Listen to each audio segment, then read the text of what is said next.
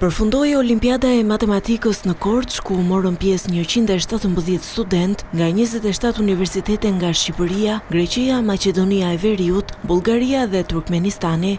Për kryetarin e shoqatës shqiptare të matematikës, studentët shqiptar kanë nevojë për pjesëmarrje në organizime të tilla.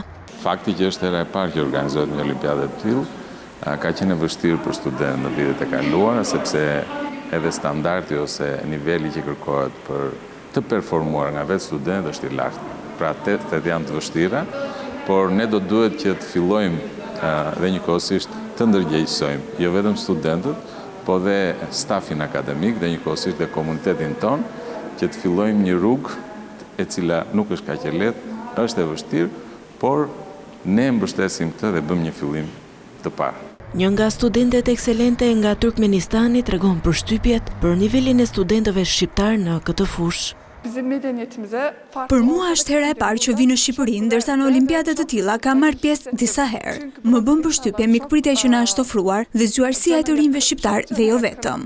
Këtu ka të rinj nga gjithë Europa pothuajse, por matematika na është thënë se në Shqipëri nuk ka shumë zhvillim, ndërsa vetë të rinjt janë premtues për këtë fushë.